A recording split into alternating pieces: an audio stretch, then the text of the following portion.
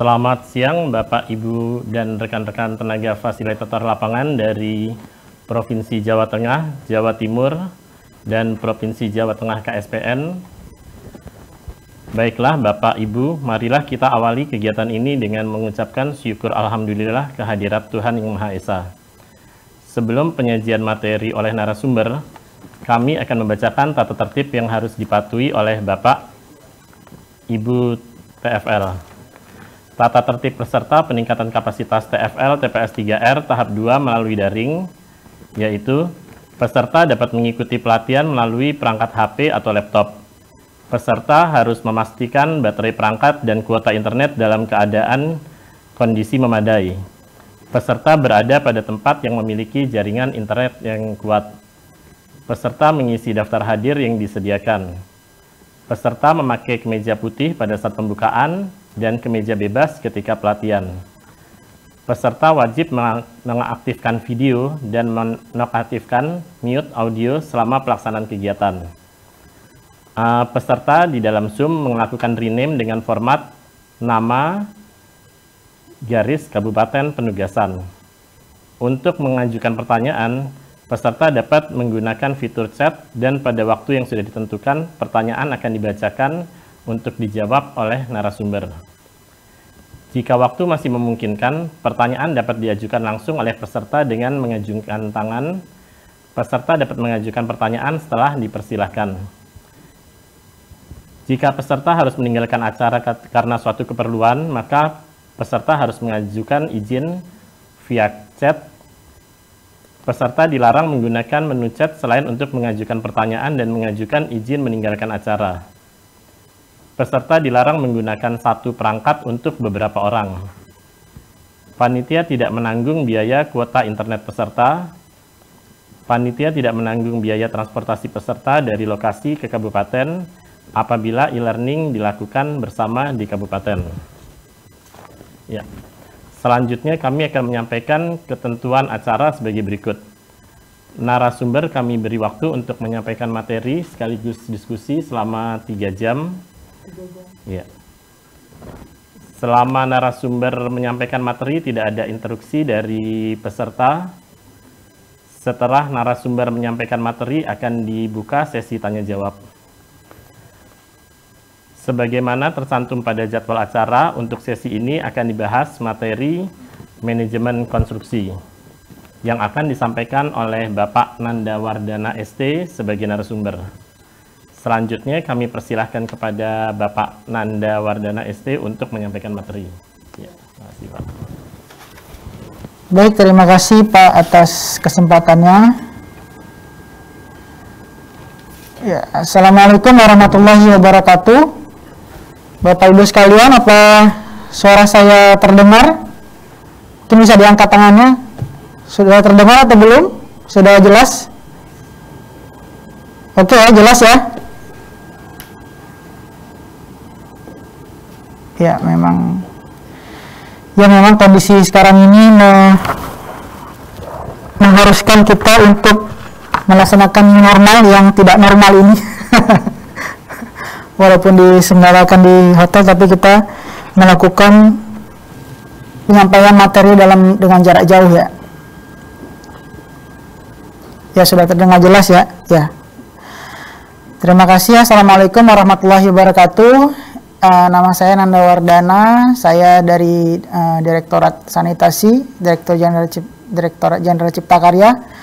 Saya akan menyampaikan materi tentang manajemen konstruksi dalam peningkatan kapasitas TFL TPS 3R. Oke.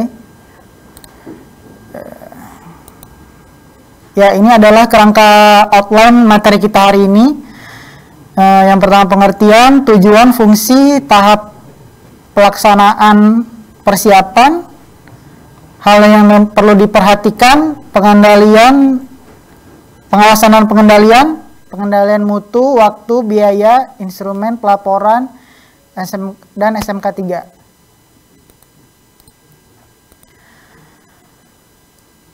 Pengertian manajemen konstruksi. Ya, Jadi manajemen konstruksi ini adalah ilmu dalam merencanakan, mengorganisasi, mengarahkan dan mengontrol proses pembangunan suatu bangunan dengan memanfaatkan sumber daya yang efektif dan efisien. Jadi dalam suatu bangunan itu yang dikatakan adalah proyek konstruksi, yaitu dengan sumber daya yang terbatas. Jadi dengan waktu yang terbatas, biaya yang terbatas, dan mutu yang sudah ditentukan. Nah, jadi dalam manajemen konstruksi ini, dalam biaya dan waktu yang terbatas tersebut, kita harus mencapai mutu yang telah ditentukan di awal. Kemudian manajemen proyek konstruksi adalah proses penerapan fungsi dari manajemen, yaitu POEC ya, planning, organizing, actuating, and controlling secara sistematis dan terukur dalam pemanfaatan waktu dan sumber daya. Sumber daya ini bisa dari manusia dan material secara efektif dan efisien untuk mengoptimalkan pencapaian dari tujuan tersebut. Kemudian tujuannya adalah dalam rangka pencapaian hasil yang selalu diusahakan. Ya, jadi seperti yang saya katakan tadi, bahwasanya ini waktunya sudah ditentukan dalam sekian bulan, kemudian biayanya juga sudah ditentukan berapa besarannya, kemudian mutunya juga sudah ditentukan. Jadi bagaimana kita dapat melaksanakan suatu proyek pembangunan tersebut secara efektif dan efisien dan dapat mencapai syarat yang ditentukan tersebut. Kemudian fungsinya adalah untuk yang pertama merencanakan atau planning. Kemudian dari perencanaan itu kita organisasikan. Kemudian sumber daya manusia yang ada, bagaimana kita menempatkannya, kemudian pengarahan dan pengawasan. Ya, ini adalah fungsi-fungsinya secara lebih detail. Dalam perencanaan kita harus menentukan apa saja yang harus dikerjakan. Nah, jadi ada list kegiatan yang harus dikerjakan dan bagaimana mengerjakannya.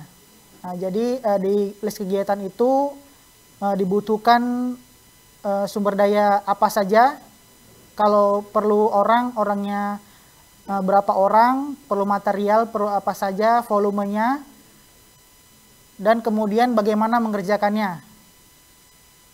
Ini menyangkut pengambilan keputusan terhadap beberapa pilihan yang berkaitan dengan proses konstruksi. Jadi kita memilih pilihan konstruksi yang tepat, yang sesuai dengan sumber daya yang ada. Kemudian perorganisasian menetapkan jenis-jenis kegiatan yang perlu dilakukan agar kegiatan tadi lebih mudah ditangani oleh yang kita arahkan ya. Kemudian penempatan orang, pengembangan orang yang tepat dalam jenis pekerjaan yang sudah direncanakan, kemudian pengarahan dan pengawasan. Ya. Tahapan pelaksanakan pembangunan konstruksi TPS 3R ini, yang pertama persiapan, kemudian pelaksanaan, kemudian pengendalian dan pengawasan, kemudian pelaporan dan pertanggungjawaban. Jadi kita melaksanakan 3 kontrol ini ya, mutu, waktu, dan biaya. Di tahap persiapan, yaitu kita persiapan ini di dalamnya ada perencanaan.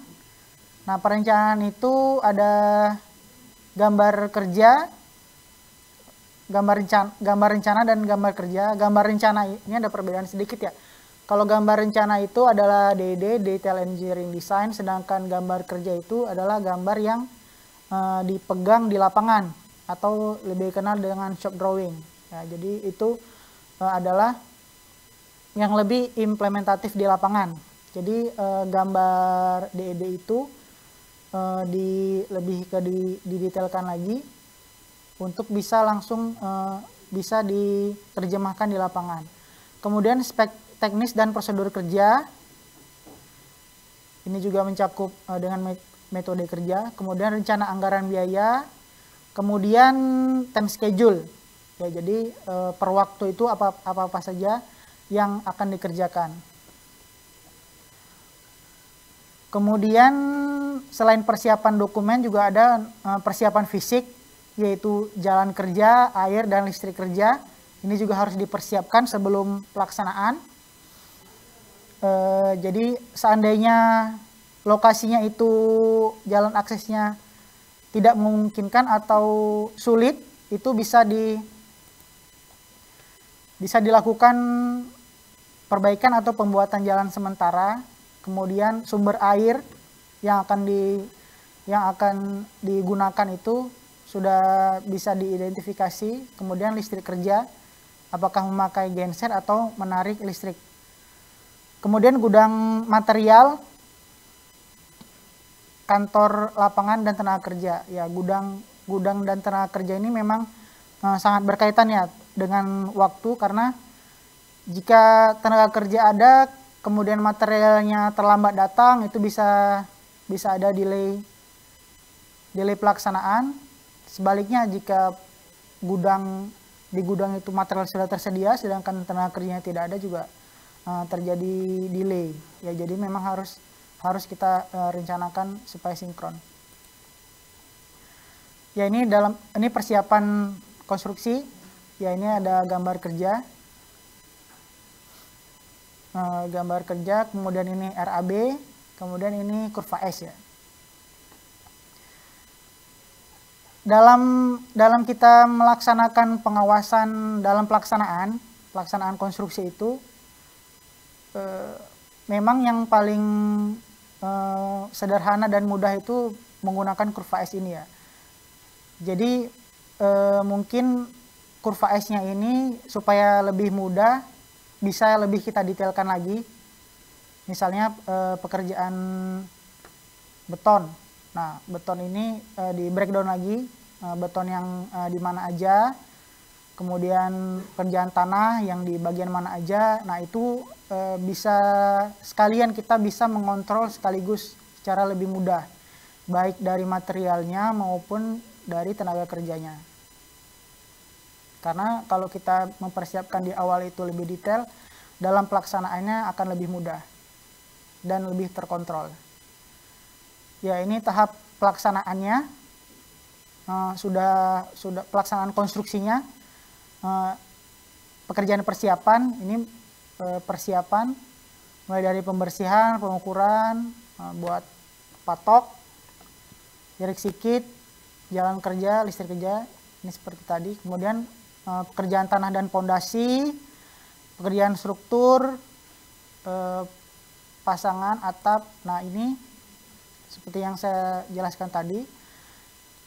Nah, pekerjaan tadi bisa kita buat perencanaannya di sini.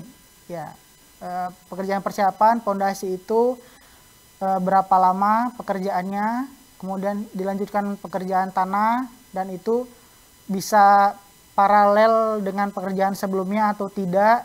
Nah, itu kita buat bar chartnya di sini semua. Jadi misalnya di minggu ini bisa dibuat per minggu atau per hari ya. Semakin detail itu semakin bagus. Misalnya ini minggu pertama, kedua, dan ketiga. Nah, itu ada yang crossing di situ, ada pekerjaan apa aja. Misalnya pekerjaan pondasi, pekerjaan beton, pekerjaan dinding. Nah, itu bisa kita kontrol di situ, bahwasanya di hari tersebut yang melakukan pekerjaan itu adalah pekerjaan itu yang sudah kita rencanakan sebelumnya. Jadi seandainya ada yang tidak bekerja di bagian itu, kita sudah bisa mengetahui ya, dan kita bisa langsung cari investigasi dan mitigasinya. Kemudian ini tahap konstruksinya. konstruksi pengolahan sampah, ini konstruksi bangunan sipilnya ya, dan ini konstruksi pengolahan sampahnya. Ini sebenarnya sama aja, ini instalasinya, ini konstruksi juga, mekanikal, saniter, ini termasuk di bangunan tersebut ya, dalam satu kesatuan. Kemudian ini adalah yang perlu diperhatikan, penyediaan tenaga kerja.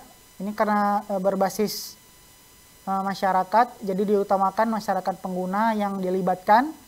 Kemudian tukang pekerja sesuai dengan jenis pekerjaan. Jadi kalau memang dia spesialisasi tukang batu, ya pekerjaannya di batu, jangan, karena keahliannya itu sudah masing-masing ya, tukang batu, dan misalnya ada tukang batu, tukang kayu,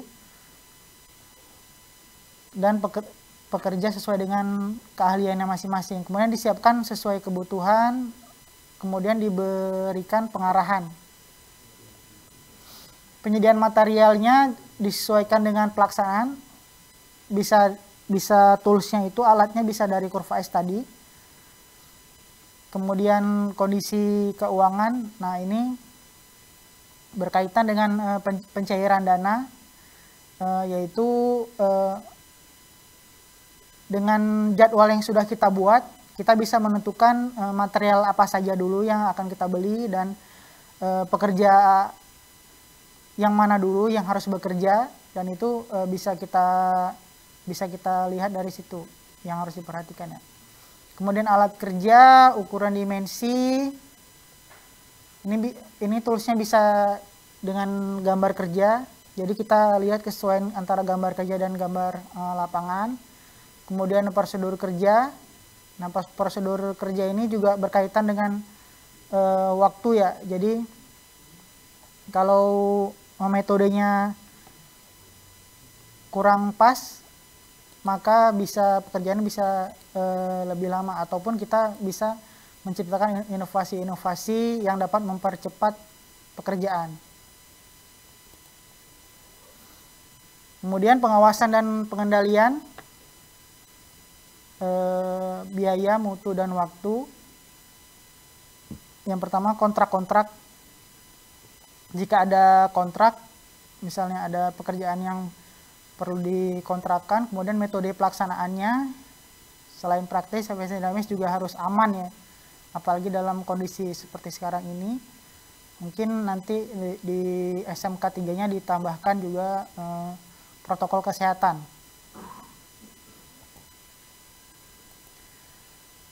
Nah, pengendalian mutu adalah yang mengendalikan jalannya pelaksanaan konstruksi agar mendapatkan mutu yang baik. Nah, jadi alat-alatnya itu adalah seperti ini. Yang pertama, spesifikasi teknis. Itu bisa dari pabrikan, langsung kita beli di pabrikan, ataupun dari RKS, rencana kerja dan syarat-syarat. Jadi apa saja yang harus dipenuhi oleh material tersebut. Ya, kemudian metode pelaksanaan itu juga bisa pabrikan atau dari RKS. Kemudian ketiga, gambar kerja. Kemudian hasil tes bahan dari laboratorium apabila diperlukan. Karena itu nanti ditentukan di awal ya, apakah itu diperlukan atau tidak.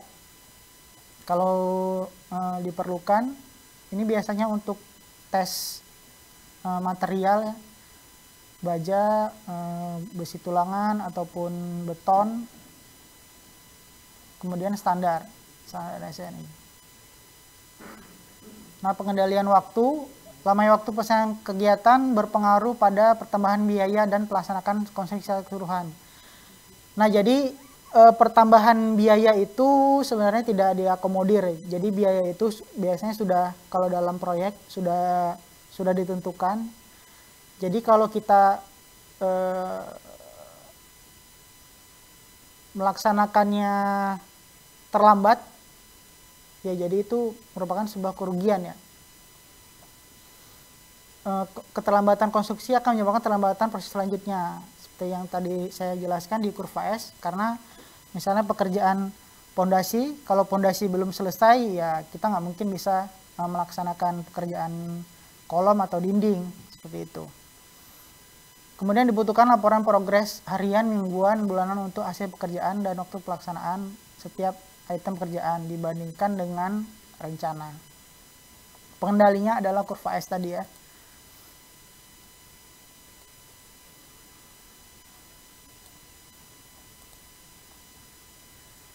Pengendalian biaya, tujuan pengendalian biaya adalah agar konstruksi sesuai dengan rencana sehingga mencukupi pembiayaan seluruh kegiatan konstruksi.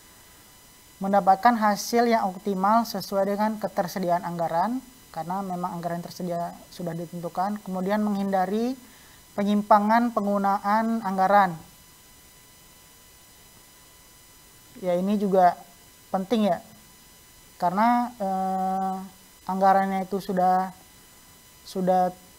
ditentukan. Jadi kalau ada penyimpangan ya pasti biaya yang seharusnya dialokasikan untuk pembangunan itu pasti akan berkurang, dan itu berpengaruhnya ke mungkin lingkup pekerjaan atau mutu pekerjaan. Instrumen pelaporan, jam kerja, jumlah tenaga kerja atau tukang, mobilisasi peralatan dan material, ini schedule-nya, jadwalnya. Kemudian penggunaannya, kondisi cuaca atau kejadian-kejadian penting. Nah, kondisi cuaca dan kejadian penting ini nanti seandainya ada keterlambatan itu bisa kita jadikan justifikasi ya, mengapa terlambat. Dan itu kalau instrumen pelaporannya kita ini bisa teratur dan rapi, itu kita bisa membuat justifikasinya secara lebih mudah. Tapi kalau instrumen pelaporan yang kita dari awal tidak disiplin, nanti seandainya ada masalah, maka kita akan kesulitan untuk membuat justifikasinya. Kemudian ini penerapan ketiga, melindungi tenaga kerja atas hak dan keselamatannya dalam melakukan pekerjaan, menjamin keselamatan. Nah ini alat perlindungan yang standar dalam konstruksi. Mungkin kalau dalam sekarang ditambah protokol kesehatan, ya ini sudah ada masker dan kacamata. Kemudian pakaian seragam dan mungkin nanti bisa ditambahkan poster protokol kesehatan, bahwasanya apa saja yang tidak boleh dilakukan, misalnya suka memegang wajah seperti itu ya, itu bisa, sekarang sudah banyak posternya, nanti mestinya ditambahkan di lapangan supaya pekerja itu lebih aware ya. Ya, ini komponennya detail, ada APD perlengkapannya. Nah ini spanduk dan rambu-rambu ini tadi yang saya katakan, bisa ditambahkan poster-poster protokol kesehatan di lapangan. Kemudian mungkin ditambahkan metode pencatatan suhu, identifikasi suhu badan ya dari pekerja, supaya kita bisa lebih aman dan nyaman dalam bekerja. Ya, terima kasih. Mungkin saya akan kembali menjelaskan yang kurva S tadi ya.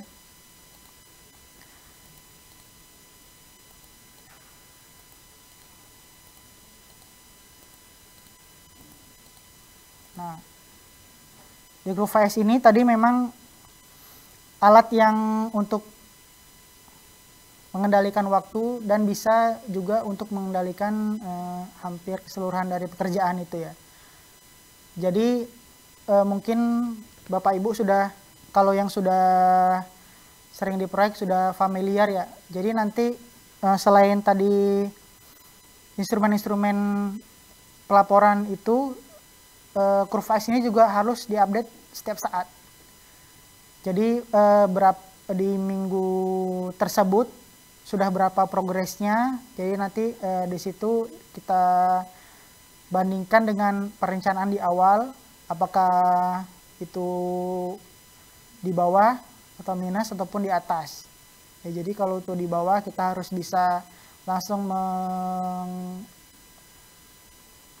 mengidentifikasi mengapa itu terlambat, kemudian kita bisa melaksanakan rencana lanjut selanjutnya. Ya, mungkin itu yang dapat saya sampaikan. Mungkin kita buka sesi tanya jawab. Saya kembalikan ke Pak Moderator. Iya.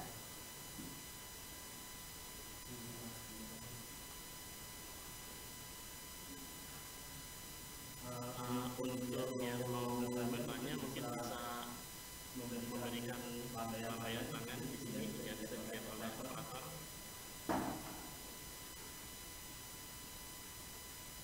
Ada yang bertanya?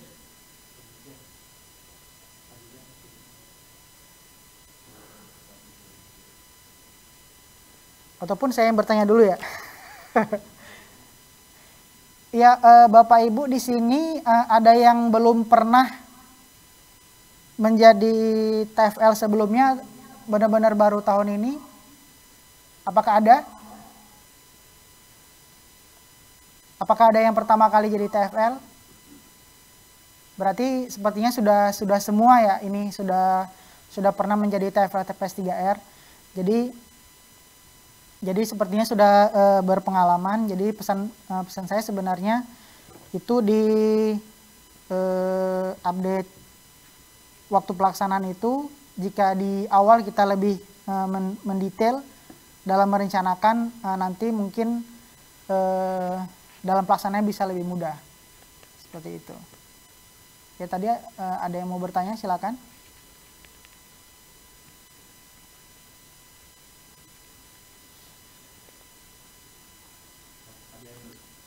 Ataupun ada yang mau sharing selama pelaksanaan di sebelumnya, kendala-kendala dalam pelaksanaan, dalam manajemen konstruksinya, bagaimana bisa di-share?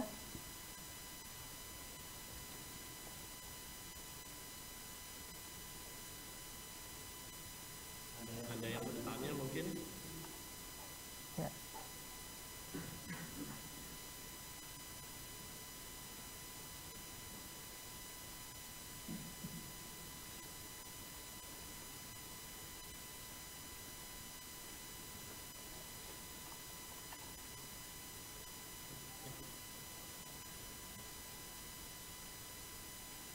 Atau sharing aja boleh kan dari pelaksanaan sebelumnya, yaitu ada di chat. Coba.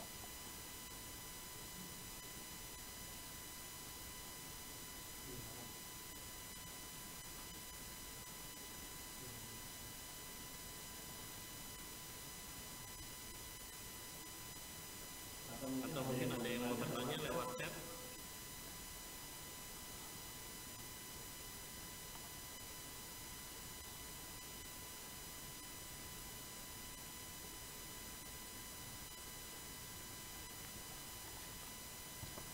Ataupun biar lebih interaktif, saya yang bertanya ya. Ini sepertinya ini.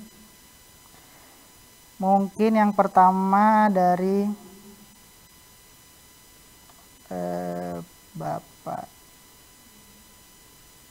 Pak Habib ya, Habib dari Bangkalan. Pak Habib hadir? Ya Pak. Ya Pak Habib, ini menjadi TFL yang kali keberapa ya Pak? Karena tadi mungkin Bapak bilang bukan baru kan? Lah tadi baru pertama kali Pak tahun ini. Ya tadi saya tanya apakah ada yang baru, Bapak tidak melambaikan tangan ya. Jadi tadi saya kira semua itu sudah berpengalaman.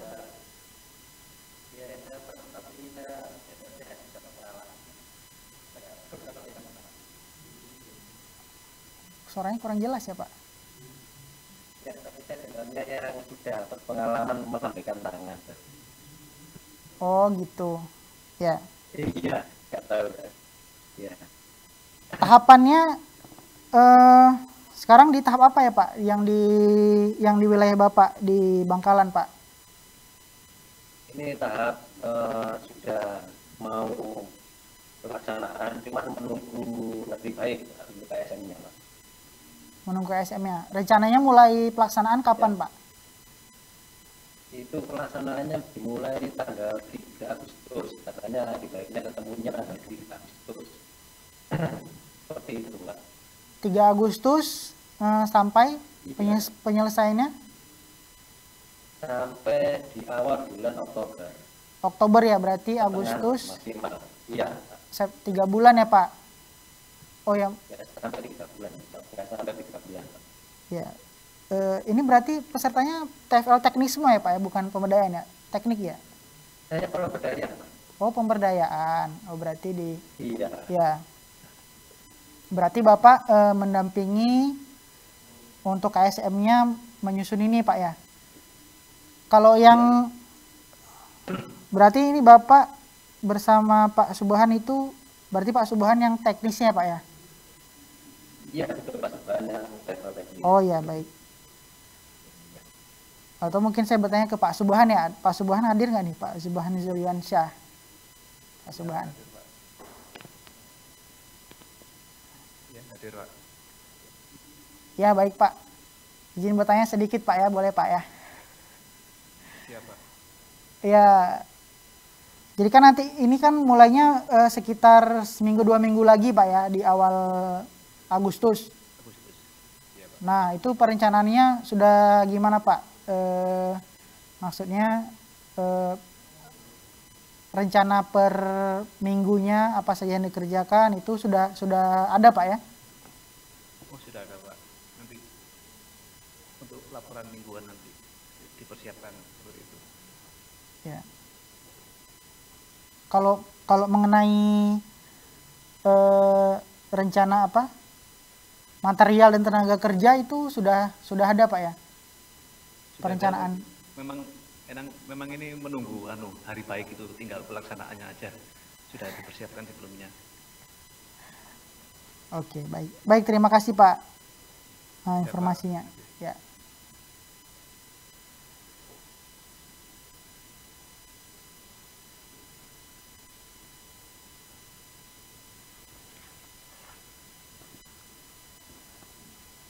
Baik, yang lain ada yang mau bertanya atau sharing kendala-kendala di lapangan yang harus diperhatikan, mungkin bisa menjadi share atau pelajaran ya yang untuk daerah yang di tempat lain. Ini saya lihat cuman dari Jawa Timur dan Jawa Tengah saja ya. Ya. Magelang nih sangat banyak, mungkin karena KSPN ya.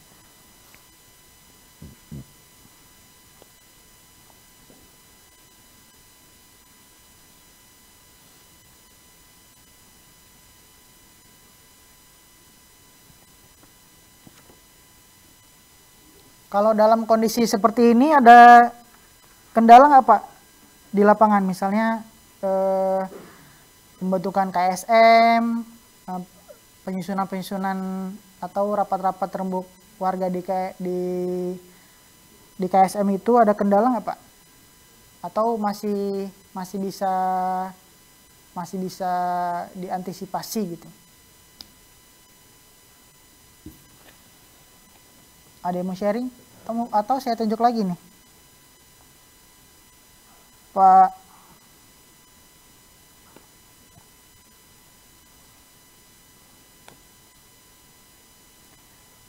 Dengan Bapak Syaiful Anam. Syaiful. Ya, Pak. Ya. Iya, Pak. Siang, Pak. Gimana, Pak? Wih. Iya, saya TFL Pemberdayaan Kota Kediri, Pak. Mohon izin, saya juga baru. Tadi memang secara sempat agak kurang benar, jadi agak putus-putus dari jaringan mungkin, Pak. Ya. Kalau di Kota Kediri, kalau masalah kendala yang besar mungkin tidak, Pak. Cuman memang di saat situasi dan kondisi seperti ini memang agak ada keterbatasan dari sisi sosialisasi maupun di tingkat rembuk-rembuk keluarga begitu yang tidak bisa melibatkan terlalu banyak orang, sehingga memang kita berusaha seefektif mungkin dari sisi waktu dan mungkin keterlibatan masyarakat begitu Pak. Ya. Tapi sejauh ini masih on the track Pak. Masih on the Hampir track ya? sama seperti yang disampaikan kawan dari Bangkalan tadi, sendiri juga masih ini ada kepercayaan untuk cari hari baik untuk memulai pelaksanaan begitu. Mulainya sama Agustus juga Pak ya? Awal Agustus ya? Tidak Pak, di minggu depan Pak, di hari Senin itu baru kita. Oh, minggu depan udah mulai pelaksanaannya, iya, konstruksinya betul, Pak ya? Betul, nggih Pak. Nggih. Ya, Siap. baik. Baik, terima kasih Pak. Nggih, sama-sama Pak.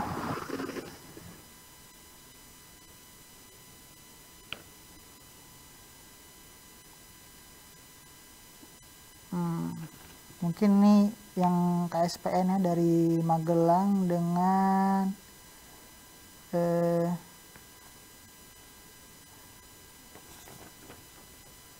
tadi di layar ini nggak muncul lagi nih pesertanya.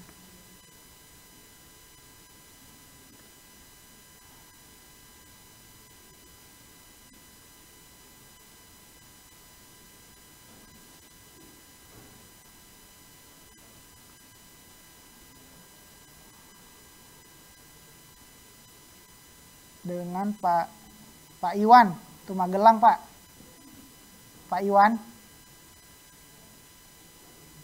Ya Pak. Ya gimana Pak di sana Pak kondisinya? Ini yang Magelang ini yang KSPN ya Pak? Yang reguler Pak. Oh yang reguler? Yang reguler. Iya. Sudah mulai sih Pak. Tadi peletakan batu pertama. Oh sudah mulai ya? Ya begitu. Tadi udah peletakan batu pertama, maka tadi pas Zoom di apa ya? Berbarengan dengan peletakan batu pertama, jadi disambi-sambi kayak gitu. Oh baik. Ya berarti kalau akhir pelaksanaannya sama aja di Oktober ya? Insya Allah ya Pak, kalau nggak molor. Ya jangan sampai molor. Iya. Iya. Iya Pak, seperti itu. Insya Allah nggak molor. Iya. Kalau yang di pengalaman Bapak sebelumnya kendalanya biasa apa aja Pak ya? Di dalam pelaksanaan itu. Saya TFL baru Pak. Baru ya? Saya TFL baru. Ternyata banyak Iya. yang baru ya. Tadi saya tanyain yang baru yang mana, nggak ada yang ngaku. Soalnya nggak jelas suaranya Pak, yang pas pertanyaan tadi yang Oh gitu. TFL. Ya. Ya siap. Nggak ada yang melambai juga kan Pak? Kalau yang partner Bapak yang TFL tekniknya siapa ya Pak? Pak. Saya TFL teknik Pak. Oh teknik. Saya TFL teknik.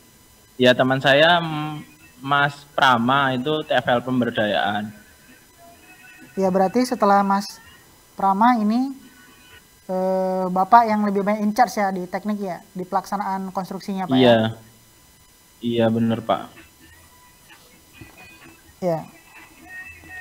Baik nanti dikawal aja Pak. Tapi sebelumnya Bapak udah ada terlibat kan di proyek-proyek walaupun bukan di TPS 3 ini Pak. Jadi sebenarnya memang secara bangunan kan lumayan sederhana ya Pak.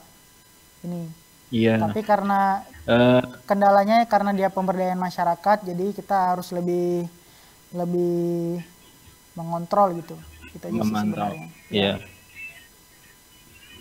Iya Pak. Baik, terima kasih Pak Iwan. Ya Pak, sama-sama. Terima kasih kembali.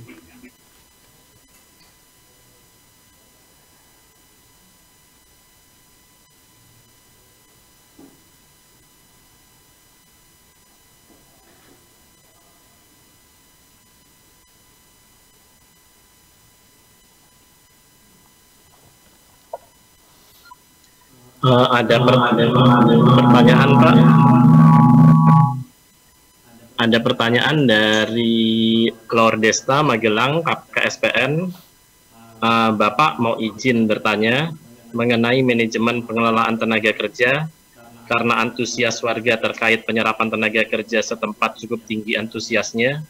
Apakah Bapak punya tips bagaimana caranya agar semua tenaga dapat terakomodasi tanpa meninggalkan kualitas konstruksi? Terima kasih Bapak. Dari Saudara Lord Desta Magelang. Iya. Ya, sebenarnya pertanyaannya agak cukup ini ya. Karena memang di kondisi sekarang ini memang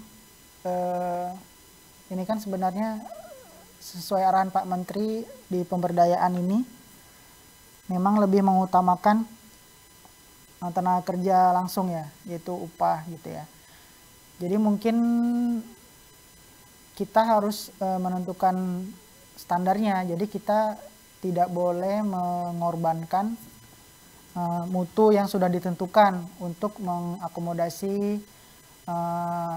tenaga kerja yang antusias tersebut gitu ya. Atau mungkin Bu Lodesta mungkin bisa nanya langsung aja Bu, biar lebih enak ngobrolnya daripada ditulis Bu.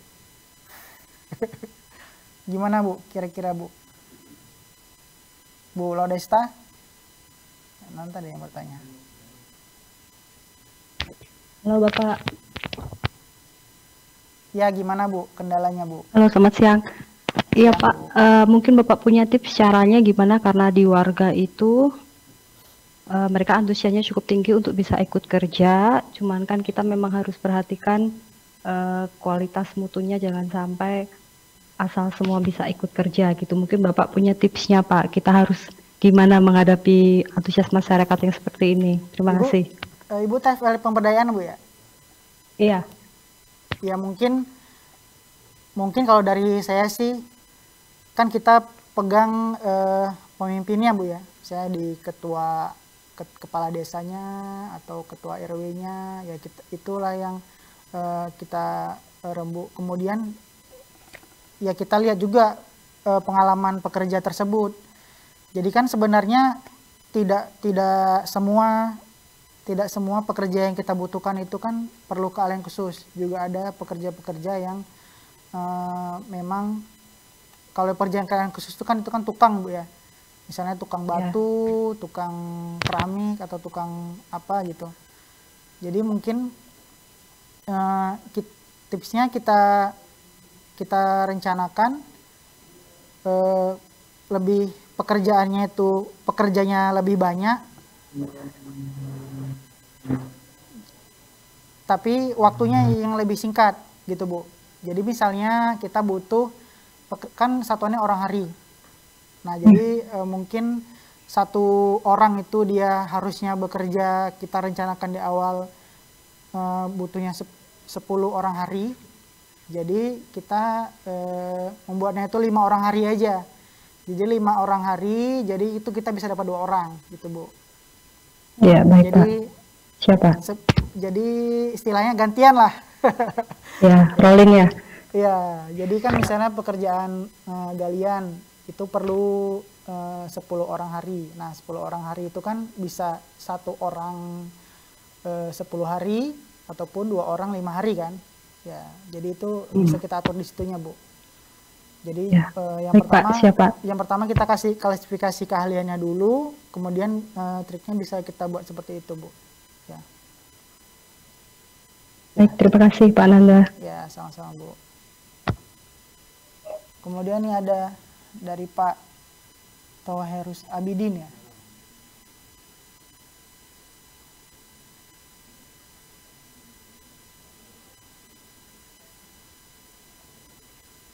Pak Abidin ya, silakan Pak, langsung bertanya Pak.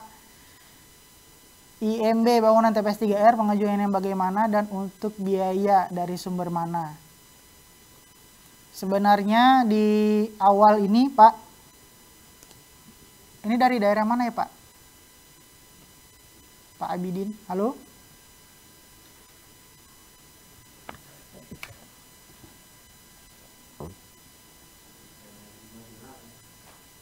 Halo Pak Abidin. Halo, Pak. Mungkin bisa di-unmute. Halo. Yang mana ya? Halo. Halo ya, Pak. Ya, dari KSPN Borobudur, Pak. Ya, jadi, ini KSPN ya. Jadi memang sebenarnya setiap semua pengajuan kita, Pak, segala perizinan-perizinan itu memang harusnya ditanggung oleh Pemda, Pak. Ya. Sudah itu merupakan salah satu readiness kriteria, maksudnya perizinan, AMDA dan segala macam itu porsinya Pemda, dan kita itu tinggal melaksanakan saja, Pak. Kalau di sana gimana, Pak, kondisinya, Pak? Enggak, artinya gini, Pak, Kasusnya, untuk Pak. biaya itu di mana nantinya? Ya, Pak. Agak Untuk putus-putus. biayanya dari mana nanti? Sumbernya Untuk biaya, biayanya dari Pemda, Ya. Pak. bukan dari program ya, bukan ya? Bukan, Pak. Bukan. Tapi Berarti ya enggak Pemda atau Misudaya. iya, Pak, dari dinas, Pak. Jadi kan nanti kan ini kita setelah kita bangun juga kita serahkan ke pemerintah daerah untuk diserahkan ke masyarakat ya, Pak. Jadi nanti ini juga akan menjadi milik masyarakat melalui Pemda gitu, Pak, asetnya gitu, Pak. Jadi Artinya asetnya setelah nanti itu akan selesai jadi, kepada Pemda, nanti Pemda terus kembalikan dengan IMB-nya, Pak ya. iya begitu, Pak. Karena kan yang menerbitkan juga Pemda ya, Pak, kalau IMB itu. Oh, ya. Karena ini nanti Terima kasih, Pak. asetnya juga akan menjadi milik mereka, ya mereka yang ini, Pak. Begitu, Pak. Oke, makasih Pak ya, makasih. Iya, sama-sama, Pak. Terima kasih, Pak, pertanyaannya.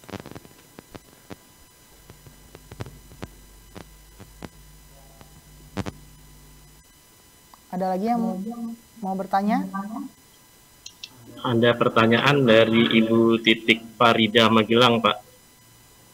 Untuk penyambungan instalasi listrik yang biasanya didukung dari dana APBD, tahun ini tidak ada alokasi tersebut dikarenakan ada alokasi anggaran untuk mensupport wabah COVID. Bagaimana untuk mensikapinya? Waduh. Dari Ibu Titik Farida Magelang. Gimana ceritanya itu, Bu? Mungkin bisa dijelaskan dulu, Bu. Di Magelang masih ada yang untuk penyambungan listriknya ya, Bu ya? Bu Titik. Halo. Ya. Ya, bagaimana, Bu? Ya, ini. Posisinya untuk penyambungan listrik itu kan biasanya dari alat listrik. Nah, untuk tahun ini kan kondisinya berbeda dengan tahun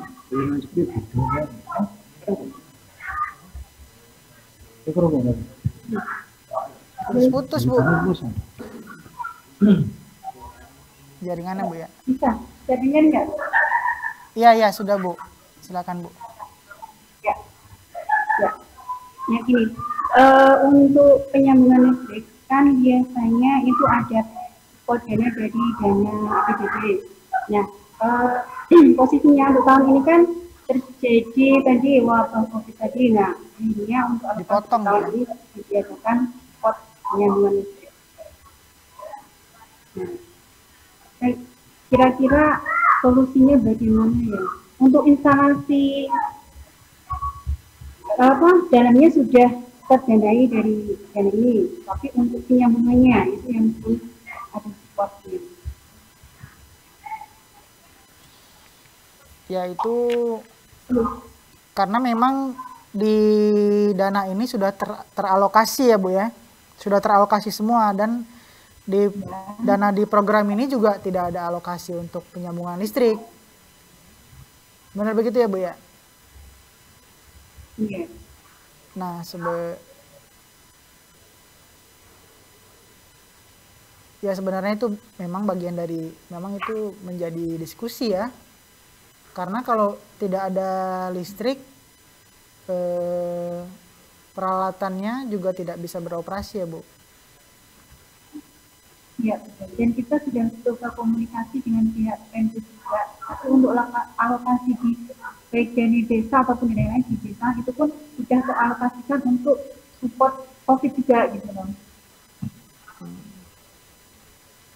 Ya mungkin nanti di itu tadi di instrumen yang tadi di tayangan Bu ya, di materi saya tadi ada instrumen kejadian-kejadian penting Bu. Nah jadi mungkin di laporan selanjutnya, di laporan mingguan atau bulanan Ibu selanjutnya itu isu-isu seperti itu Ibu tampilkan. Jadi supaya bisa dicarikan solusinya seperti apa ataupun kita dari alokasi di program ini ataupun nanti Pemda bagaimana gitu Bu ya. Nanti dilaporkan aja Bu di laporan Ibu selanjutnya. Seperti itu Bu. Karena memang setiap program yang kita laksanakan kan memang ada porsinya masing-masing ya, kewajiban kita apa dan Pemda itu apa saja gitu. Tapi memang di kondisi sekarang ini memang banyak refocusing yang sering diplesetkan menjadi rekopusing, jadi banyak yang pusing. Jadi memang itu nanti dilaporkan saja Bu. Kalau menurut saya sih memang seandainya selain Ibu laporkan juga mungkin Ibu ada usulan seandainya itu harus dari alokasi program ini kira-kira bagian apa yang harus disubstitusi gitu Bu. Kalau memang tidak terlalu besar mestinya bisa ya, tapi kalau memang besar ya kita harus carikan solusi lain seperti itu Bu. Oke, Itu lumayan nyambungnya itu lumayan mahal Bu ya. Itu berapa ya Bu? Kalau normal kan sekitar berapa ya? 2-3 juta. Sekitar itu. Memang tidak terlalu besar, tapi misalkan nanti ini bisa dialokasikan dengan dana lain, apakah bisa terefektifkan gitu? Atau tidak? Iya. Memang kalau dalam ranah memutuskan seperti itu, memang kita tidak di lapangan memang tidak bisa memutuskan Bu ya. Tapi seandainya itu bisa kita usulkan Bu. Jadi nanti di laporan Ibu laporkan dan diusulkan. Jadi itu tergantung kebijakan dari pimpinan. Ya. Jadi bisa dari nanti solusinya dari Pemda ataupun dari kita bagaimana itu bisa Bu. Untuk saat ini mungkin di laporan selanjutnya bisa Ibu laporkan juga isu-isu kendala seperti itu Bu. Ya.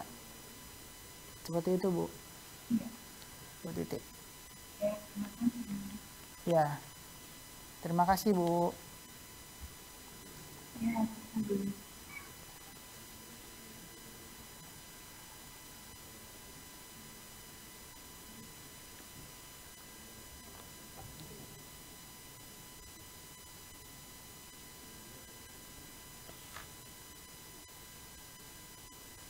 Baik, selanjutnya ada pertanyaan lagi.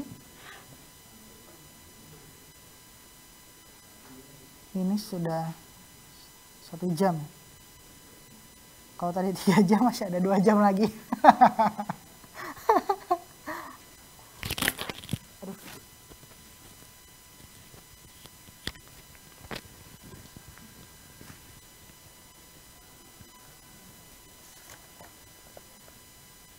Baik, itu ada pertanyaan lagi di chat mungkin.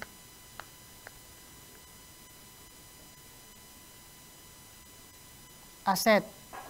Ya.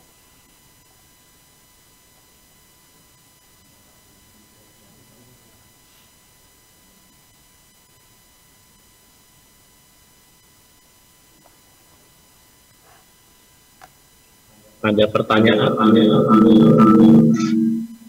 pertanyaan Pak dari Bapak Febri Triantoro, Magelang. Maaf Pak, mengenai aset TPS 3R, bisa dijelaskan lagi Pak di akhir konstruksi nanti aset menjadi milik Pemda atau desa Pak? Karena setahu saya di desa itu di akhir tahun harus melaporkan ikhtisar aset termasuk tanah kas desa. Ya. Bapak Febri Triantoro. Ya, jadi asetnya itu selama konstruksi itu kan di ini Pak, di kita, dan nanti itu penyerahannya itu melalui Pemda Pak. Nah nanti kalau itu dari desa, nanti Pemda ke desa. Tapi kalau dari kita, dari kementerian, itu hubungannya kalau masalah aset itu ke Pemda Pak. Nah jadi nanti mungkin berita acara yang dari desanya, karena nanti kan ini yang mengelola juga desa Pak ya. Apa kalau tanahnya itu tanah milik desa, ya nanti Pemda pasti menyerahkan bangunannya itu ke desa tersebut untuk dikelola. Seperti itu Pak. Bagaimana Pak? Pak Febri, ya.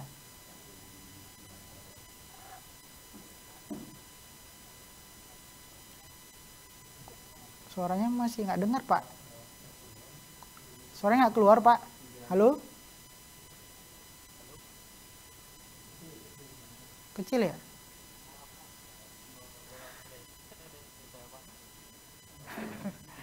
Suaranya nggak keluar Pak.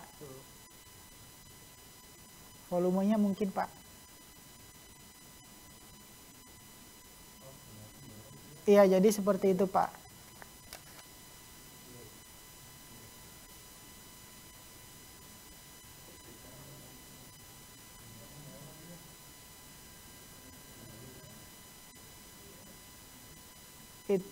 Itu masih di unmute kayaknya. Enggak ya? Itu di strip itu. Di mute itu, coba di unmute dulu. Iya. Pak Febri coba di unmute dulu, Pak. Ya, coba. Halo?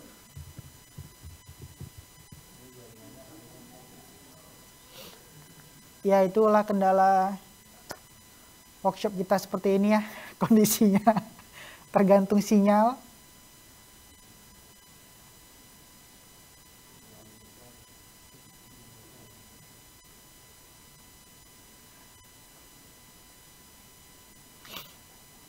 Atau mungkin ada pengalaman dari TFL lain yang berpengalaman di kegiatan TPS 3R sebelumnya mengenai aset ini. Tapi memang dari kita itu penyerahannya ke Pemda. Ya, nanti Pemda itu yang akan menyerahkan lagi ke masyarakat, seperti itu Pak, mengenai aset. Jadi nanti kalau Pemda sudah menyerahkan ke masyarakat, ya menjadi asetnya desa itu, kalau memang desa yang ataupun asetnya tetap milik Pemda tapi dipinjam pakaikan ke masyarakat, bisa juga untuk dikelola, itu bisa juga seperti itu Pak.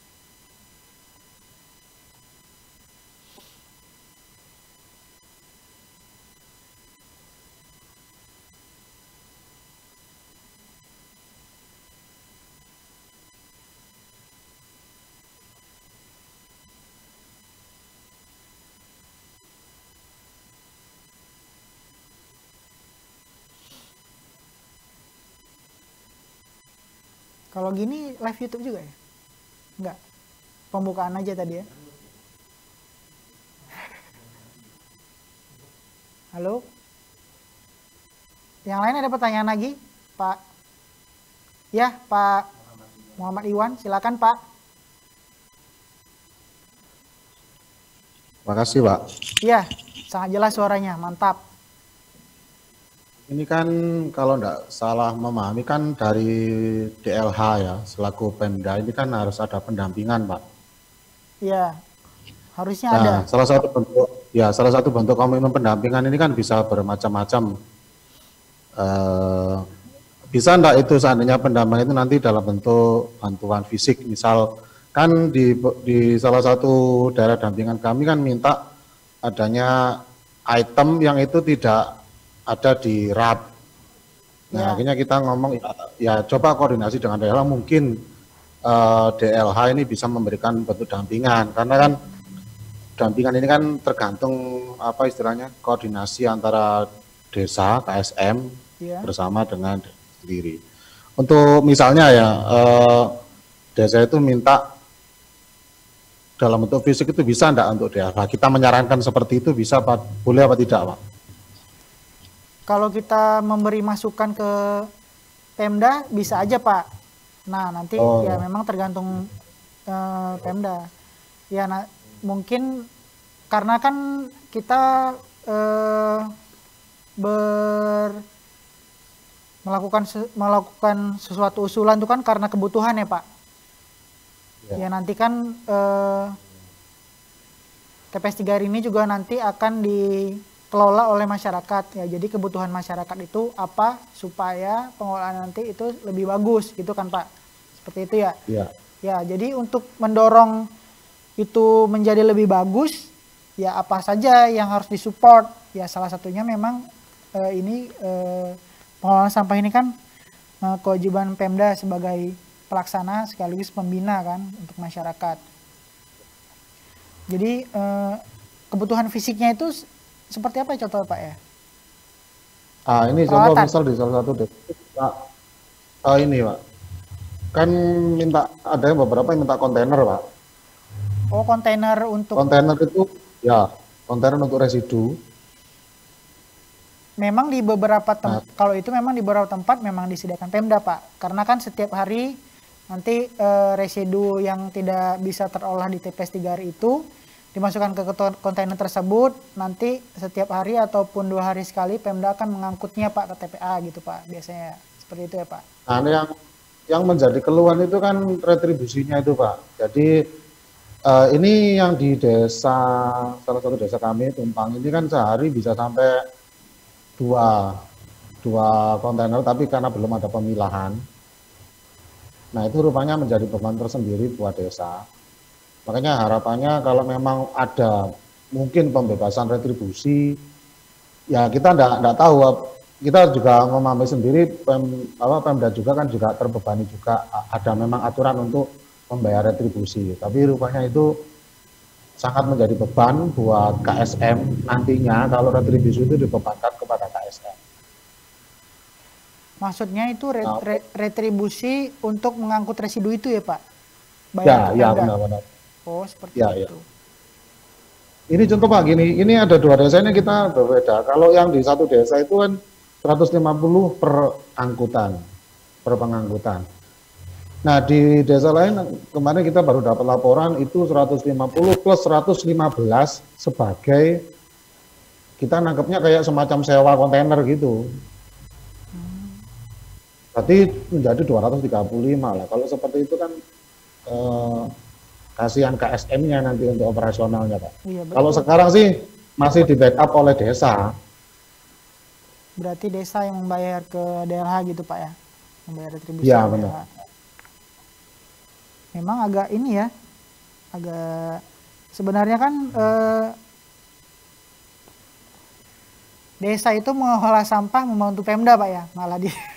Ya, lah, makanya itu kalau bisa kita sendiri juga kita kemarin juga sempat ngomong kalau bisa ini kan salah satu bentuk komitmen pendampingan dari DLH ya. Iya, sebenarnya kita desa itu mengelola sampah melalui TPS 3R itu kan membantu Pemda untuk mengolah sampah di kabupatennya, Pak. Jadi kalau sampah tersebut terolah itu menjadi kinerjanya Pemda sebenarnya.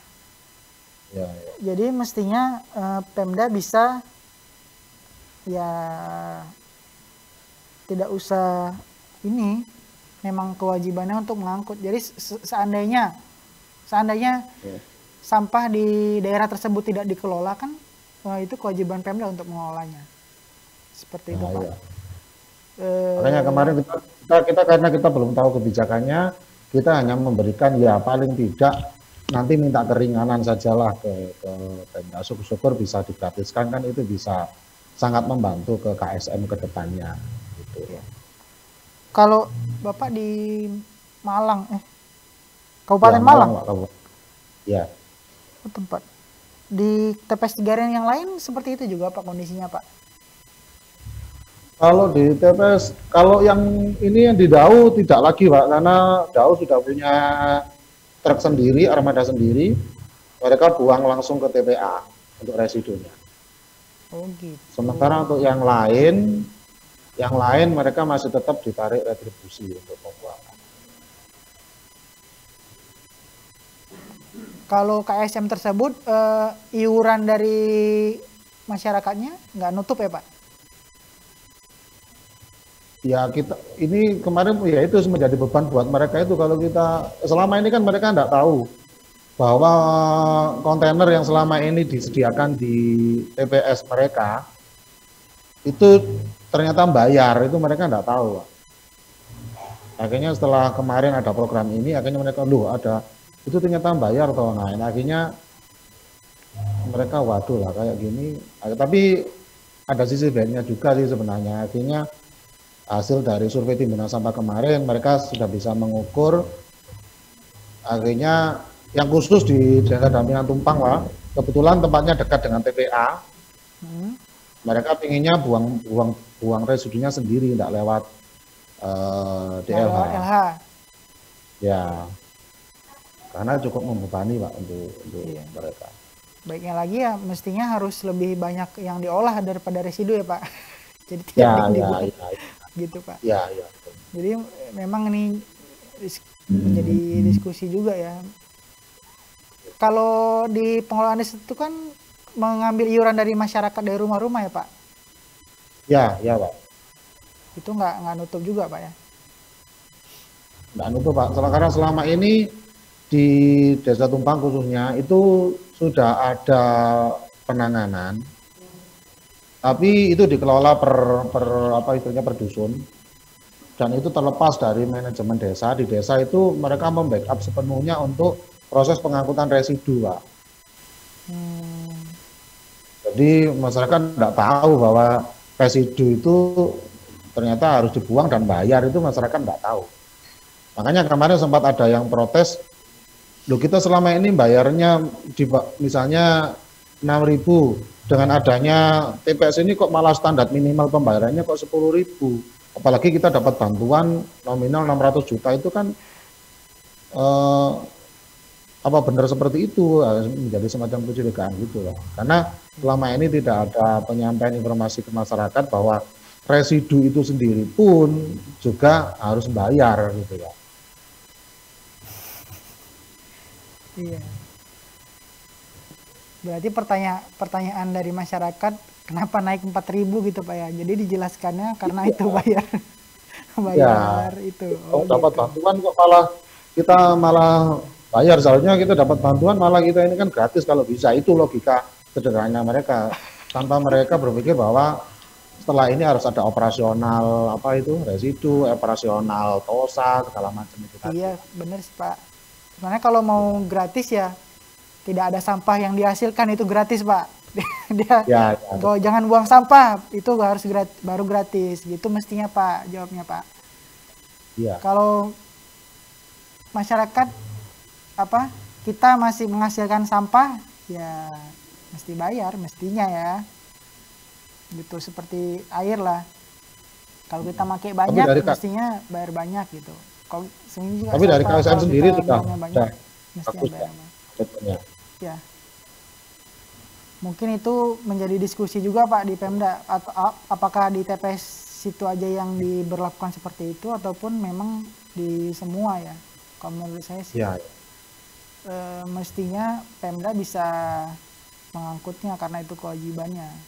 Tapi ya kalau masyarakat itu menghasilkan sampah memang mestinya harus membayar sesuai sampahnya tersebut. Ya kalau tidak di bank kontainer gitu aja Pak, jangan disuruh bayar sewa kontainer gitu Pak. Oh iya. Mungkin nanti bisa jadi masukan kita Pak, kontainer itu masuk di program itu juga ya, karena ada sistem sewa seperti itu. Nah iya itu, makanya kemarin kita kaget kok ada sewa. Ya baik, terima kasih Pak atas pertanyaannya Pak. Ya Pak, terima kasih Pak. Ya berikutnya mungkin ada pertanyaan lagi.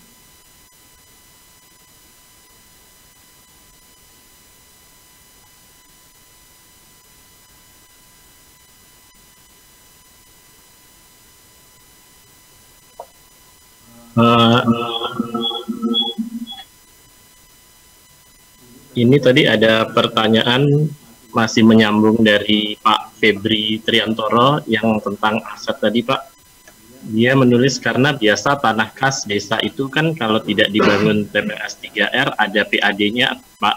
Mungkin karena disewa atau hal yang lain. Terus dari Bu Lucia Advensia Sragen, dia bertanya, berarti untuk gedung dan sarprasnya menjadi aset Pemda dan pengelolaannya oleh masyarakat atau KPP, Pak? Ya, Pak. Iya, biasanya seperti itu, Bu. Jadi bisa ada berbagai skema sih, tergantung Pemda masing-masing bagaimana menyikapinya. Biasanya kalau tidak ada pengalihan aset, itu statusnya pinjam pakai. Jadi kalau tidak ada pengalihan aset dari Pemda ke desa atau ke masyarakat, itu statusnya pinjam pakai. Jadi asetnya tetap milik Pemda dan bisa dimanfaatkan oleh masyarakat. Sebenarnya kalau asetnya milik Pemda itu sebenarnya ada keuntungannya juga, karena asetnya itu milik Pemda, jadi Pemda bisa mengalokasikan APBD-nya, Bu, untuk misalnya membantu pengelolaan di situ tersebut. Tapi kalau asetnya itu bukan milik Pemda, Pemda itu tidak bisa menganggarkannya di anggaran APBD, karena itu bukan milik Pemda, seperti itu, Bu. Jadi mungkin ada plus minusnya sih, seperti itu. Kalau kasusnya seperti apa detailnya, Bu? Ibu Lucia Sragen ya, Bu ya. Silakan, Bu. Bagaimana, Bu? Iya, Bu. Pak, begini, jadi kalau di Sragen kemarin memang kami saya TFL Teknik, Mbak Koni yang berdayaan, kami memang ada pertemuan koordinasi tingkat OPD, Pak, dikoordinatori oleh Bapeda.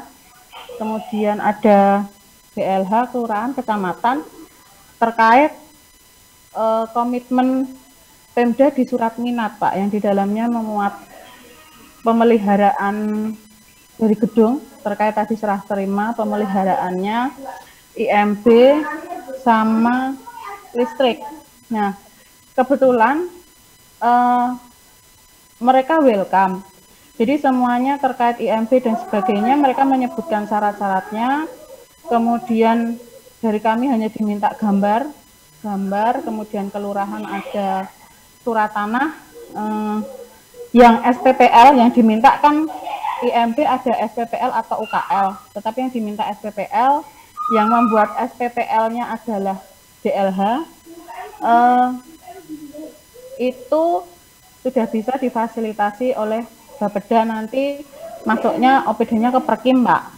Kemudian terkait pemeliharaan, termasuk alat-alat dan sebagainya, karena menyampaikan bahwa nantinya bangunan sarprasnya itu adalah milik dari Pemda, maka untuk terkait pemeliharaan baik alat, gedung dan sebagainya itu nanti menjadi tanggung jawab Pemda. Hanya memang masih dikelirkan, Pak, OPD-nya siapa, meskipun kami sudah menjelaskan bahwa OPD di bawah nanti yang menangani TPS 3R adalah DLH, namun mereka masih mau mengkonsultasikan dengan Bupati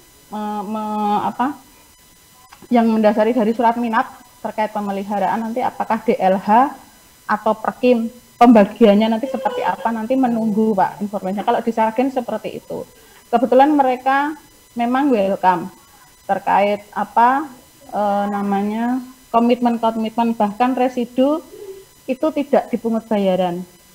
Kemudian akan diusahakan juga untuk menyediakan kontainer. Situasi di Sragen kurang lebih seperti itu, Pak. Situasinya lebih baik ya daripada pertanyaan Bapak yang tadi ya. Ya, tapi memang perlu kami nge-push terus, Pak, di Pemdanya, karena memang menjadi dasarnya itu di surat minat. Jadi di surat minat itu komitmennya seperti apa, itu yang kita kejar. Jangan sampai nantinya membebani lagi gitu, Pak, di mana dana yang masuk untuk konstruksi KPP dan sebagainya ibaratnya tidak dicampur adukkan lagi untuk beli kontainer, kemudian biaya IMB dan listrik.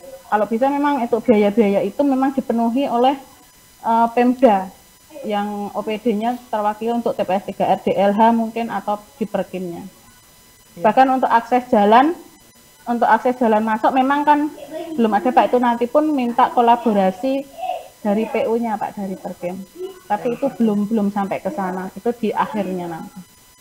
Seperti itu Pak mungkin. Jalan masuknya belum ada, berapa jauh ya Bu masuknya Bu? Enggak terlalu jauh Pak, kurang lebih 90-100 meter. 900 meter. Lumayan 100. ya. 100 Pak. Oh 100. Hanya 100 meter. Iya, hanya 100 meter. Mungkin butuh perkerasan sistem. Butuh setidaknya sampai perkerasan aja lah ya. Iya. Jadi seperti itu. Jadi memang kalau aset itu ya seperti saya bilang tadi, kalau asetnya punya Pemda, jadi Pemda itu bisa mengalokasikan untuk pemeliharaan, misalnya seperti yang di Surabaya itu listriknya itu ditanggung Pemda, kemudian sebagian tenaga kerja itu bisa statusnya itu sebagai tenaga harian dari DLH, nah itu bisa. Tapi kalau asetnya itu diserahkan ke desa atau ke masyarakat ya mereka tidak bisa menganggarkan untuk operasional yang langsung ke TPS 3 tersebut. Mungkin hanya pengolahan mengangkut kontainer itu mungkin masih bisa gitu. Seperti itu Bu. Ya. Iya Pak. Mulainya kapan ya kalau di Sragen Bu? Sragen kebetulan sudah mulai Pak. Memang ya konstruksinya memang sudah mulai ya Bu? Sudah. Memang karena kebetulan di Sragen itu meskipun di masa COVID banyak sekali pembangunannya Pak. Kebetulan di tempat kami ini ada juga pembangunan berbarengan dengan pembangunan pondok pesantren atau apa itu. Jadi beberapa tenaga kerja terserap di situ Pak. Jadi kami memang beberapa memang tidak bisa keseluruhannya dari wilayah situ. Jadi beberapa yang dalam arti tenaga ahli, karena memang terkait percepatan ada tenaga ahli, maksudnya tukang yang sudah terampil supaya tidak mengcoaching bolak-balik mengcoaching, supaya percepatan dari kegiatan paling tidak Oktober selesai itu bisa terpenuhi seperti itu Pak. Jadi memang sebagian tenaga kerja tidak berasal dari lokasi karena memang mulai banyak proyek, apalagi ada ponpres besar yang dibangun di dekat daerah kami ini. Iya. Tapi tetap selalu aman Bu, protokol kesehatannya jangan sampai kita abaikan Bu. Ya baik, terima kasih Bu, semangat terus Bu. Iya, terima kasih Pak. Ya.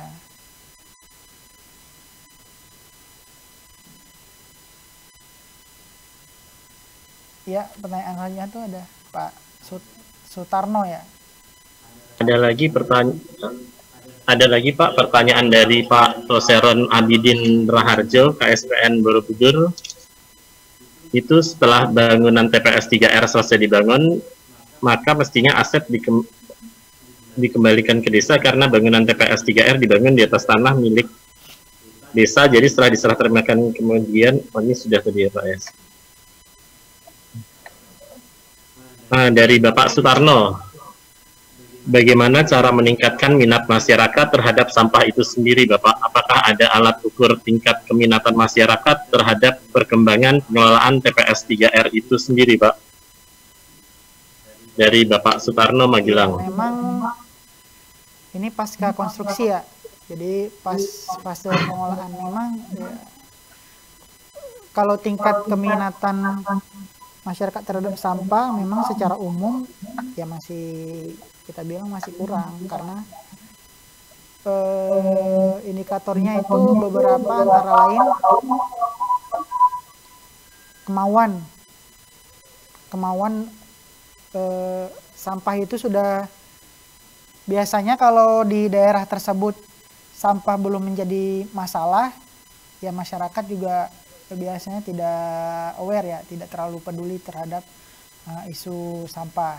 Nah, tapi jika itu sudah mulai daerah tersebut sudah menjadi maju, menjadi kota, lahan-lahannya sudah mulai terbatas, yaitu menjadi isu. mungkin kalau menurut saya alat ukur tingkat keminatan itu yang pertama mungkin bisa disurvei ya. Pertama masyarakat itu mau memilah atau tidak. Kemudian kalau belum, mereka mau membayar pengelolaannya atau tidak. Nah, jadi seandainya dia tidak memilah, tidak mau membayar, ya bisa dikatakan di daerah tersebut tidak ini layarnya kelip-kelip ya. Layarnya tidak minat. Masyarakat tersebut tidak minat dalam pengolahan sampah. Atau mungkin detailnya gimana Pak Sutarno ya? Gimana Pak? Kita ngobrol aja ini. Keadaan di sana sebenarnya bagaimana minat masyarakatnya?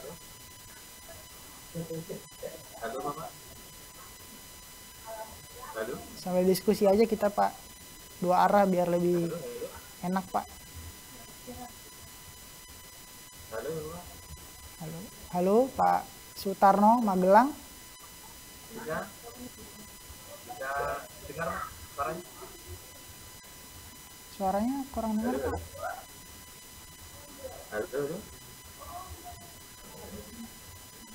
Halo.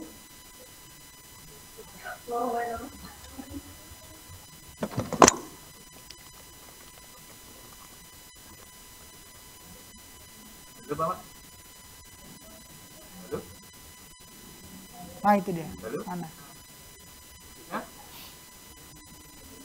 Halo Bapak. Bisa. Halo monggo Pak. Ya. Seperti ini Bapak. Jadi karena lokasi kami di KSPN agak bisa ya kalau saya dikatakan masih di pedesaan.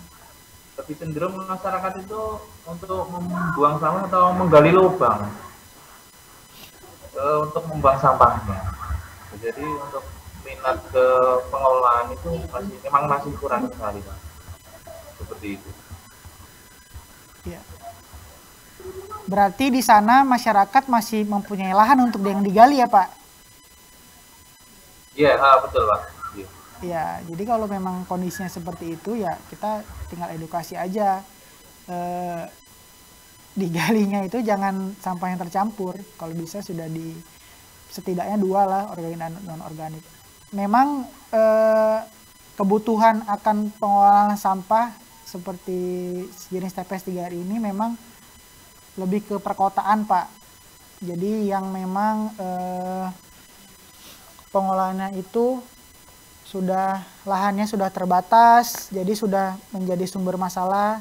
Sebenarnya kalau masyarakat itu dengan menggali lubang itu selesai, lingkungannya bersih, juga sebenarnya kan tidak terlalu masalah ya Pak. Yang menjadi masalah adalah dia tidak mau mengelola, tapi sampahnya itu berserakan dan mengotori lingkungan, kan itu yang jadi masalah Pak.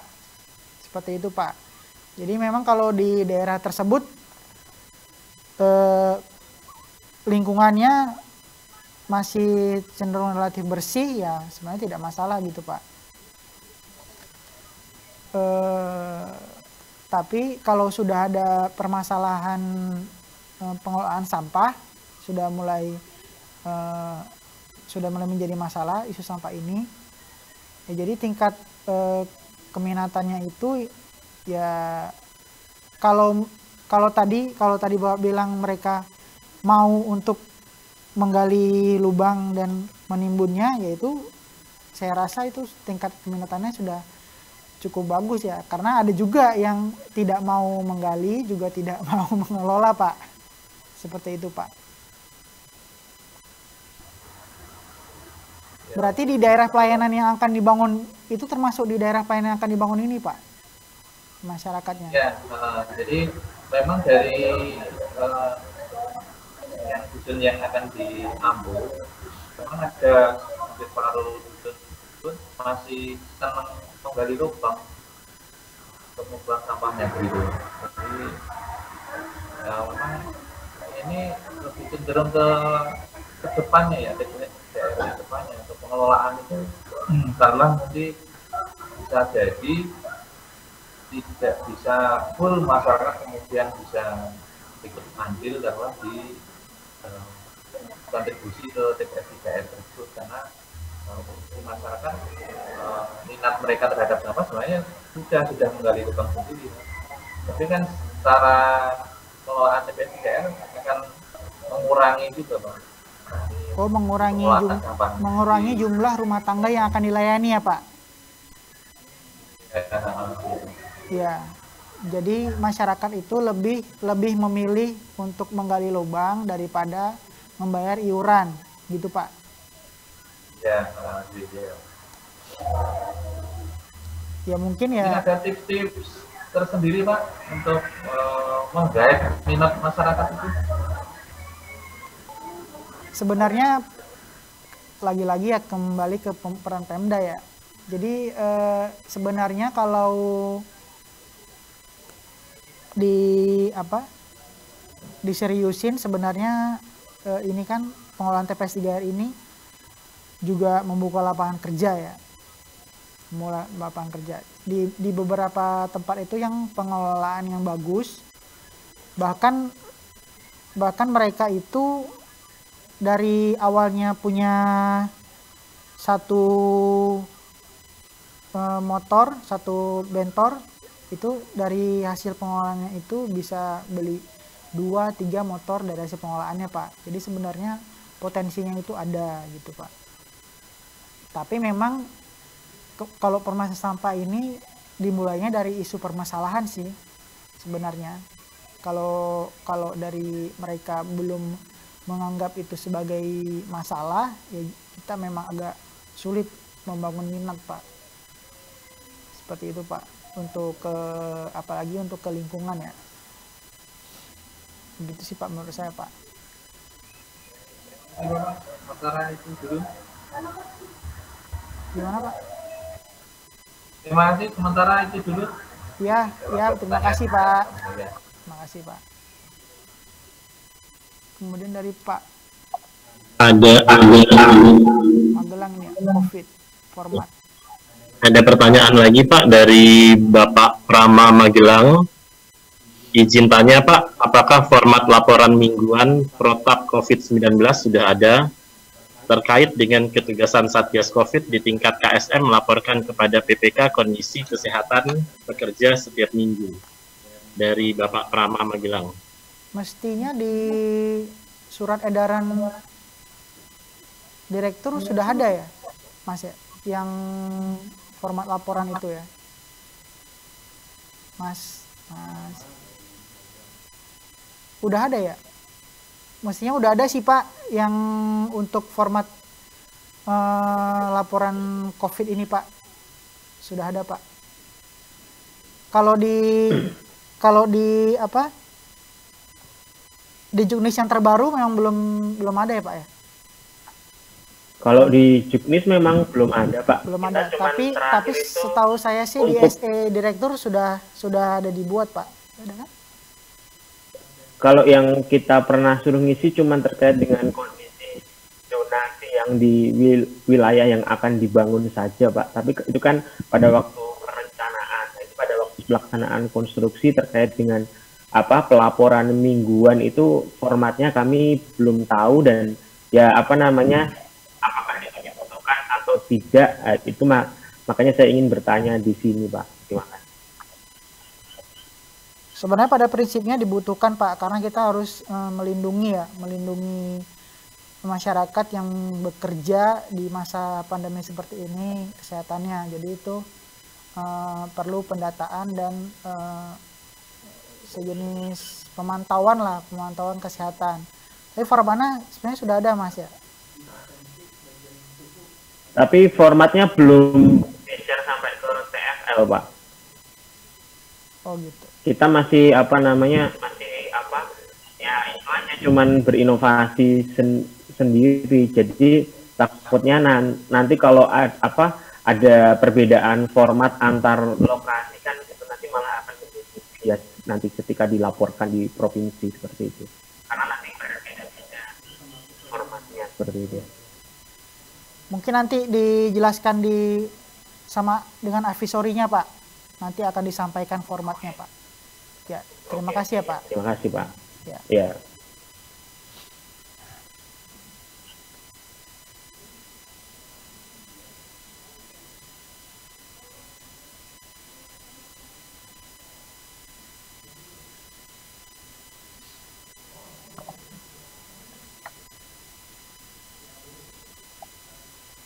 Apa ada ini Pak, tadi ada, ini tidak bertanya, hanya penegasan dari Pak Toseron Abidin Raharjo dari KSPN Borobudur. Dia memastikan apakah setelah bangunan TPS 3R selesai dibangun, maka mestinya aset dikembalikan ke desa karena bangunan TPS 3R dibangun di atas tanah milik desa. Jadi setelah diserah terimakan ke Pemda, kemudian oleh Pemda dikembalikan ke desa menjadi milik atau aset desa, betul tidak? Iya. Memang di Pemda itu kondisinya berbeda-beda Pak. Jadi memang ada status yang dari Pemda itu diserahkan ke desa. Jadi sepenuhnya jadi milik desa untuk mengelola. Kemudian ada juga memang itu asetnya tetap milik Pemda. Kenapa? Supaya Pemda itu bisa membantu Pak, membantu menganggarkan APBD untuk operasional TPS 3 tersebut. Karena kalau itu sudah diserahkan menjadi milik desa, itu sepenuhnya menjadi kewenangan desa, tidak bisa APBD itu dialokasikan seperti itu. Jadi mungkin menurut saya konsekuensi ini juga harus dijelaskan di desa Pak. Jadi seandainya desa ingin asetnya itu menjadi diserah terimakan ke desa, apakah desa itu memang sanggup mengelola secara keseluruhan gitu Pak. Seperti itu Pak Abidin. Ya seperti itu Pak. Tapi kasusnya itu memang ada Pak, ada yang diserahkan, ada yang enggak. Tapi kalau dari kementerian itu memang kita penyerahannya ke Pemda. Antara Pemda itu diserahkan lagi itu menjadi kewenangan Pemda, seperti itu Pak.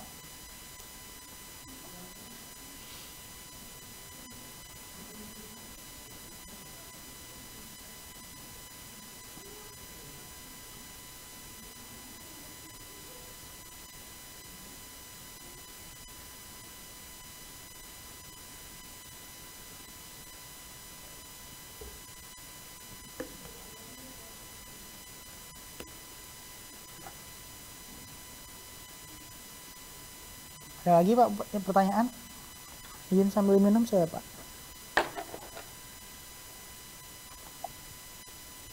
Apa ada yang mau menanyakan lagi Pak? Ibu? Mungkin bisa melambaikan tangan.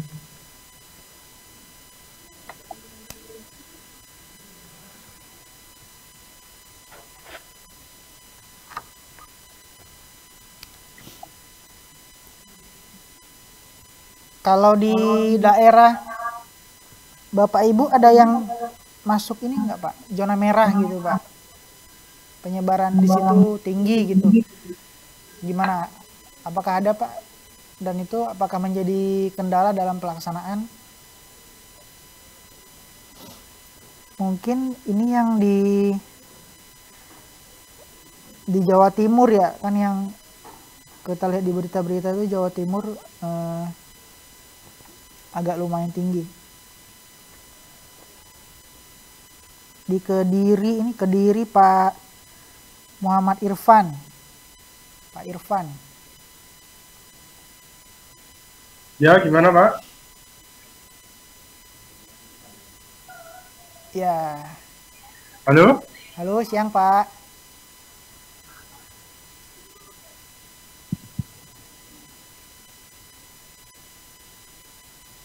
Putus Pak.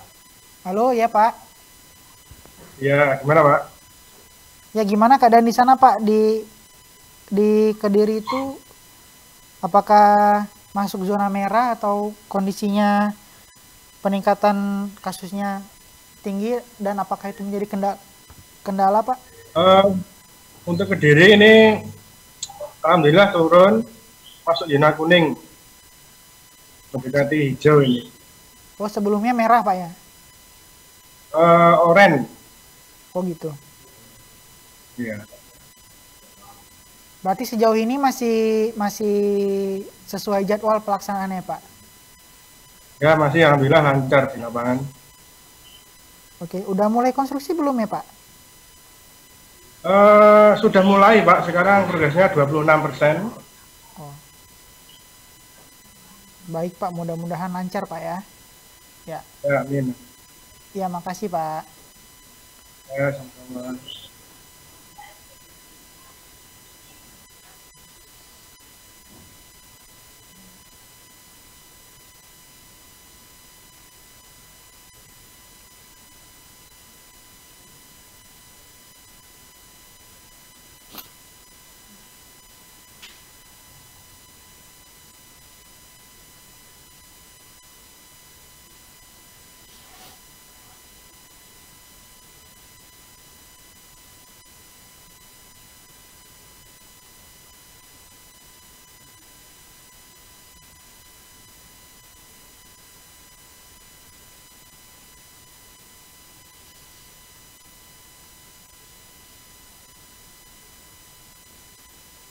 Bagaimana Bapak Ibu?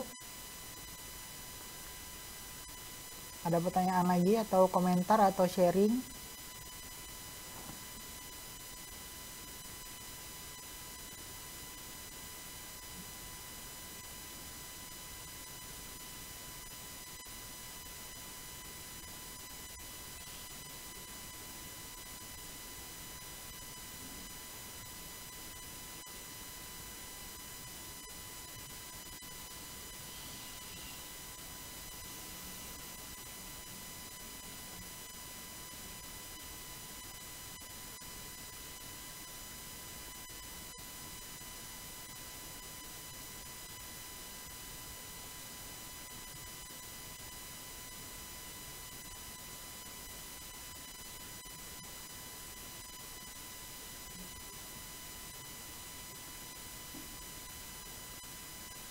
Gimana Pak, moderator?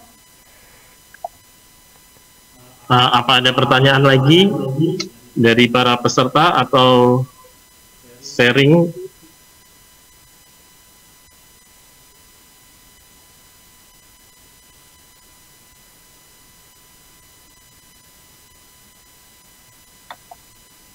Katanya udah.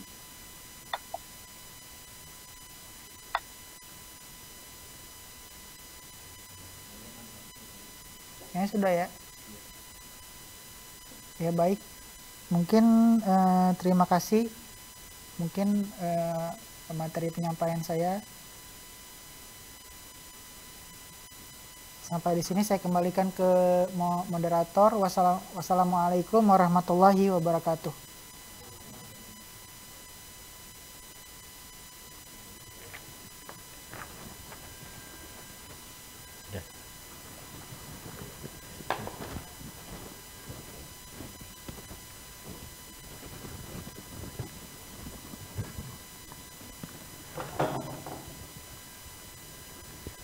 Ya, terima kasih ke Bapak Nanda Wardana ST selaku narasumber yang telah memaparkan materi dan membagikan pengalamannya pada acara peningkatan kapasitas TFL TPS 3R hari ini. Rasa terima kasih juga saya sampaikan kepada para TFL sekalian atas partisipasi aktif selama diskusi berlangsung. Dan sekarang kepada rekan-rekan TFL, mari kita berikan aplaus kepada narasumber kita.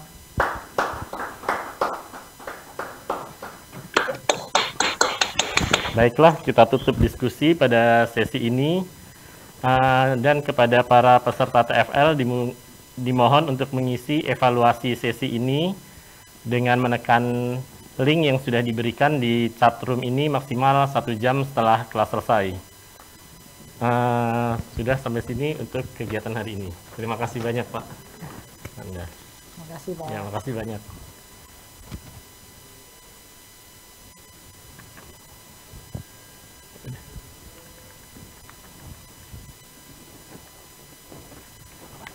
Ini kok mati nyala ya. Oh, nyala. Ya, yang kedua.